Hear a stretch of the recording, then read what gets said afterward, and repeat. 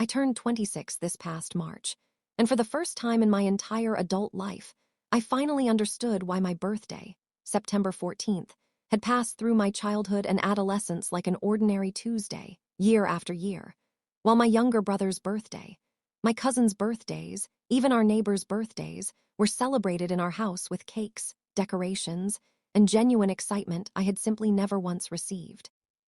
My mother finally told me the truth, sitting across from me at her kitchen table, 18 years and one difficult conversation too late. A birthday that never happened.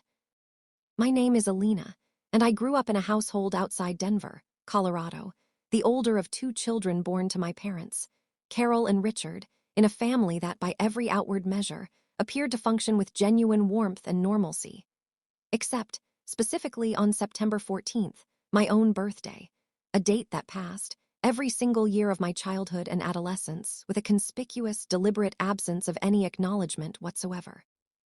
I want to be precise about exactly what this absence looked like in practice, because the specific consistency of it, across 18 consecutive years, eventually became impossible for me to interpret as simple, ordinary parental forgetfulness. There was no cake, no cards, no presents, no acknowledgement at breakfast, no mention of my birthday at dinner, nothing that distinguished September 14th from any other unremarkable day of the calendar year. My younger brother, Marcus, born in January, received the full, enthusiastic celebration typical of most American households. Cake, decorations, a genuine family gathering, presents accumulated across the weeks leading up to his birthday. My own birthday received, consistently, across 18 years, absolutely nothing. I want to explain how a child processes this specific, sustained pattern, because I think the particular cruelty of consistent, deliberate omission is considerably harder to fully name and confront than a single, obvious act of unkindness might be. Each individual year, I told myself various explanations. My parents were simply busy that particular September, or perhaps they were planning something and it simply fell through, or maybe I was misremembering, and there had actually been some acknowledgement I'd simply forgotten myself. But by the time I turned 12, having tracked this pattern across enough consecutive years to recognize it as clearly, unmistakably deliberate, I began asking direct questions that my parents, consistently, deflected without ever providing a genuine explanation. The explanations I received over the years. I want to walk through the specific, evasive explanations my parents offered across various points in my childhood and adolescence when I directly raised the question of my birthday's consistent absence, because the pattern of these evasions itself became significant to understanding the fuller truth I would only receive much later. When I was 9, asking my mother directly why we never celebrated my birthday the way we celebrated Marcus's, she told me, "Birthdays aren't really that important in the grand scheme of things, sweetheart. We show you we love you every single day, not just on one particular date." When I was 13, raising the question with my father during a rare moment of direct confrontation, he offered a considerably more irritated, dismissive response. "You're being dramatic, Elena.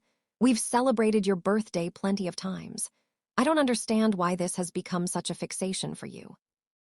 This particular response troubled me considerably, because I possessed, even at 13, a clear, consistent memory of 18 consecutive years. Or, at that point in my life, 13 consecutive years, of exactly 0 birthday celebrations, a memory I trusted considerably more than my father's vague, dismissive claim that celebrations I could specifically, clearly recall never happening had, in fact, occurred plenty of times. By the time I was 16, I had largely stopped raising the question directly with my parents, having concluded, based on years of unsatisfying, evasive responses, that some specific reason existed that they were simply unwilling to share with me, a conclusion that, while accurate, left me to construct my own explanations across the following years.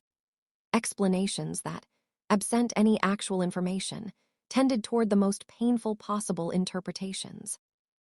That I was simply less loved than Marcus, that something about me specifically made my birthday a day my parents preferred to simply ignore rather than celebrate. building an identity around this absence.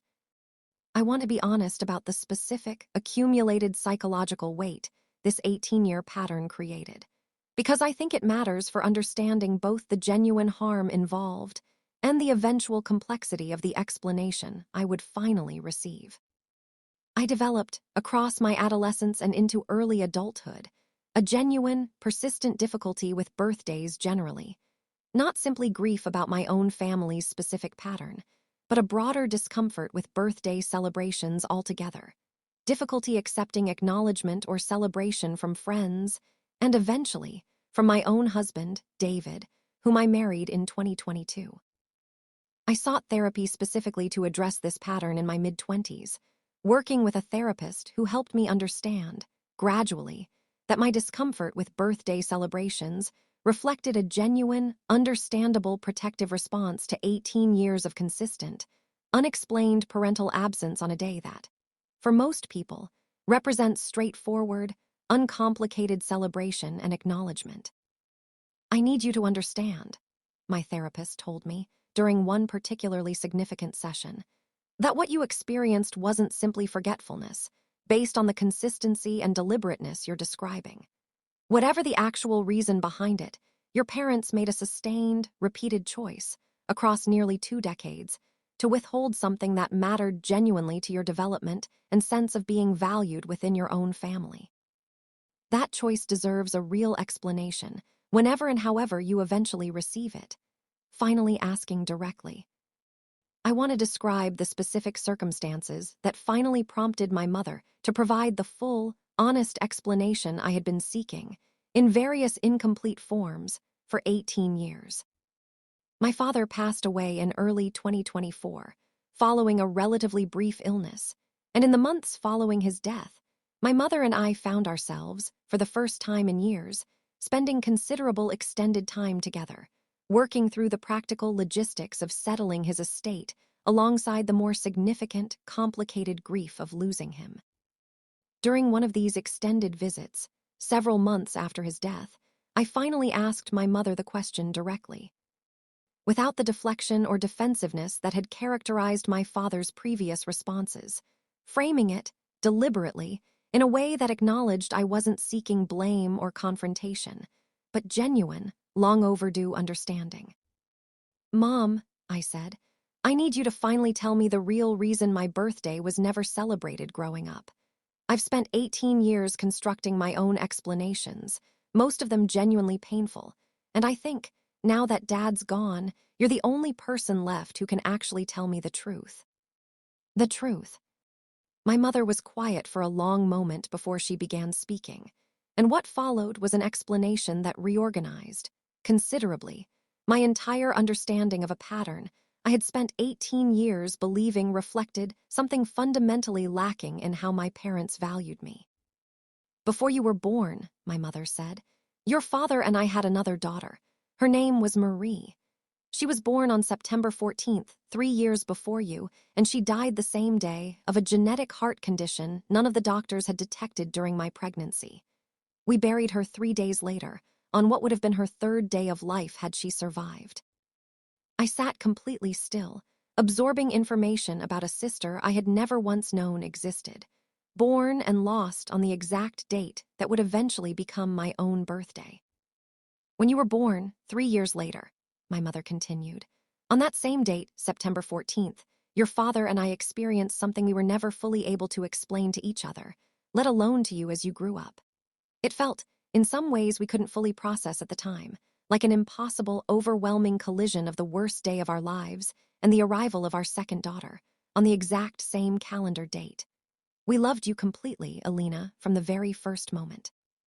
But neither of us could ever quite figure out how to celebrate September 14th without also confronting, directly, the daughter we'd lost on that same date.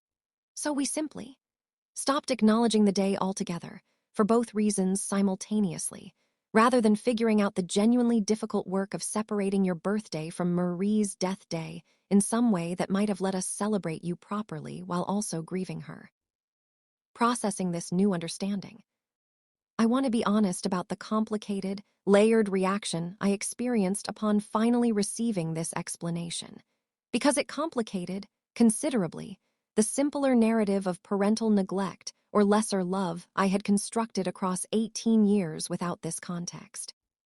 On one hand, I felt genuine, immediate grief for a sister I had never known existed.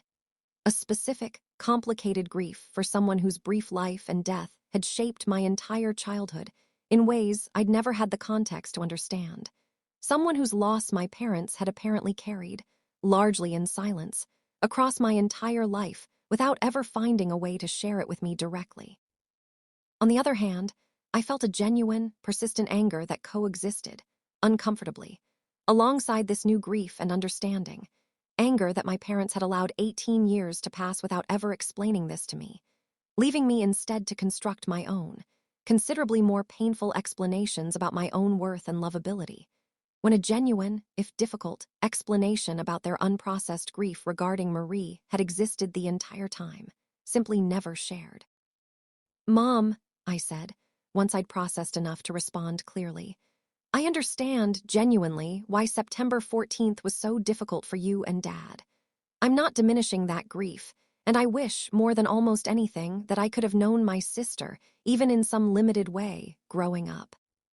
But I need you to understand that not telling me any of this for 18 years meant I spent my entire childhood believing something was fundamentally wrong with how much you loved me, rather than understanding that you were actually carrying an entirely separate grief that had nothing to do with my own worth as your daughter." What my mother said next. My mother, visibly moved by this response, offered an acknowledgement that, while it couldn't undo 18 years of accumulated hurt, represented a genuine, meaningful step toward the fuller understanding I had been seeking for so long. "You're right," she said. "I think your father and I told ourselves, across all those years, that we were protecting you from a painful history you didn't need to carry, and protecting ourselves from grief we'd never fully learned how to process. But I understand now, hearing how you actually experienced those 18 years of silence, that what we thought was protection actually became its own considerable harm, one I don't think either of us ever fully considered while we were making that choice, year after year, without ever revisiting it directly." Learning about Marie. I want to spend some time on the process that followed this initial revelation, as I worked, over the following months, to learn more about the sister whose brief life and death had shaped so much of my own childhood without my knowledge. My mother shared, gradually, various details she had carried privately for decades. Photographs from the 3 days of Marie's life, the small grave marker at a cemetery outside Denver that my parents had visited privately, separately from any family occasion, across all the years of my own childhood, and specific memories about the particular grief and trauma surrounding Marie's sudden, unexpected loss. I visited Marie's grave for the first time that same year, a genuinely significant, complicated experience, grieving a sister I had never known, while also finally, fully understanding the actual weight my parents had carried, largely alone, across my entire childhood and adolescence. My 26th birthday. I want to describe the specific, meaningful shift that occurred this past September, on my 26th birthday. The first birthday I celebrated with full, complete understanding of everything September 14th had actually represented across my entire life. My mother, working together with me in the months leading up to this birthday, proposed something we ultimately decided to implement together. A new, deliberately structured tradition that would finally allow our family to hold both truths simultaneously, rather than continuing the pattern of complete avoidance that had shaped the previous 18 years. We began the day, that September, with a quiet, private visit to Marie's grave, bringing flowers and spending time acknowledging her brief life and the grief her loss had caused our family. Then, later that same day, we held a genuine, warm celebration of my own birthday. Cake, presents, the kind of acknowledgement I had waited 18 years to finally receive, now held alongside rather than instead of acknowledgement of my sister. "I think," my mother told me as we sat together that evening, "this is what your father and I should have figured out how to do decades ago. I'm sorry it took his death, and this much time, for us to finally get here." Epilogue. It has been just over a year since my mother finally explained the truth behind 18 years of unexplained birthday absence, and my understanding of my own childhood and of my parents' complicated, unprocessed grief has shifted considerably from where it stood before that difficult, honest conversation at her kitchen table. I don't think 18 years of accumulated hurt disappears simply because a genuine, if painfully delayed, explanation finally arrives. I still carry, and likely always will, some residual difficulty with birthday celebrations, a pattern 18 years in the making that I don't expect to fully resolve overnight, regardless of how much genuine understanding I've since gained about its actual origin. But I also carry, now, something I didn't have access to for the first 25 years of my life, the actual complete truth about who I am, where I came from, and the specific, complicated grief my parents carried silently across my entire childhood rather than ever finding a way to share it, and its connection to my own birthday with me directly. I think often about my sister Marie, 3 days of life, decades of unspoken grief, and 18 years of a sister she never knew existed, quietly absorbing the weight of her absence without ever understanding its actual source. I visit her grave regularly now, alongside my mother, and I've begun, gradually, incorporating some acknowledgement of her into my own understanding of who I am and where I come from, not replacing my own identity with her absence. But finally, after 18 years, holding both truths together, the way my parents, for all their genuine love, simply never found a way to do themselves until it was almost, though thankfully not entirely, too late. At the end,